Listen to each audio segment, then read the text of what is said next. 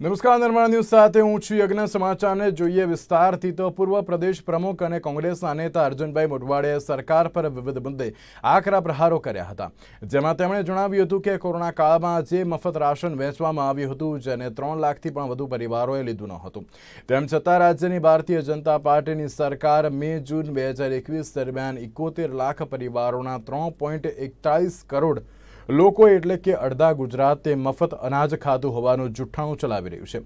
ગુજરાતની જનતાને ખુદદારીનું અપમાન કર્યું છે, જેથી સરકારે ગુજરાતની જનતાની માફી માંગવી જોઈએ। સમાચારમાં વાત કરીએ તો એક બાજુ જે રીતે દાહોદથી મહત્વપૂર્ણ સમાચાર સામે આવ્યા છે, ત્યારે લીમખેડાથી ઝાલોદ જવાના માર્ગ પર દર વર્ષે તે તૂટી જતા હોય છે, ત્યારે ખાડાઓનું સામ્રાજ્ય પણ યથાવત રહ્યું છે। દર વર્ષે લાખોના ખર્ચે બનાવવામાં આવી રહેલા માર્ગ દર વર્ષે તૂટી જતા સ્થાનિકોમાં ભારે રોષ જોવા મળ્યો હતો, તેમજ માર્ગના કાર્યમાં હલકી ગુણવત્તાવાળું મટીરિયલ વપરાતું હોવાથી માર્ગ તૂટી જાય છે તેવો ગ્રામજનોએ આક્ષેપ કર્યો હતો।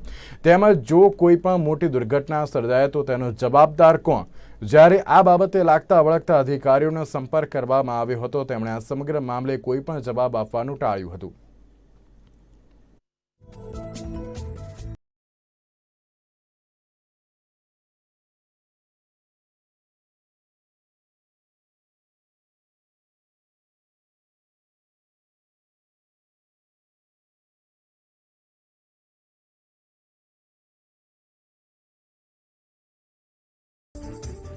તમારું કામ બરાબર થતું નથી, ચોટતા નથી કાંકરા અને હલકું હલકું કામ કરીને આવી જાય છે, પછી બરાબર રોડ બરાબર રહેતો બી નથી।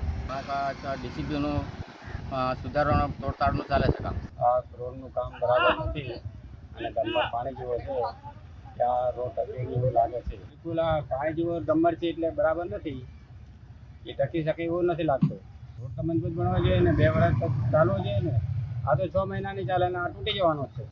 આ લોકો વાપરે છે કેરોસીન નાખીને ગમે તો આજે કર્યું ડમ્બર, એમાં મહિનો થાય કે વરસાદ આવેનો ટાઈમમાં એ ઓટોમેટિક એમ રોડમાંથી છૂટો પડી જાય છે। કાયદેથી એમ પ્રેમથી કોઈ લોકો કરતા હોય તો સારું હોય, તો પછી હું કે મેન આપણે કોન્ટ્રાક્ટની જાણ હતી તો મેં કોન્ટ્રાક્ટ છે આ લોકો જઈને એક ગાડીથી 1 કિલોમીટર ડમ્બર કરી પૂરા થાય,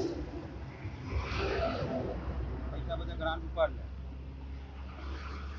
મારે એટલું કહેવાનું છે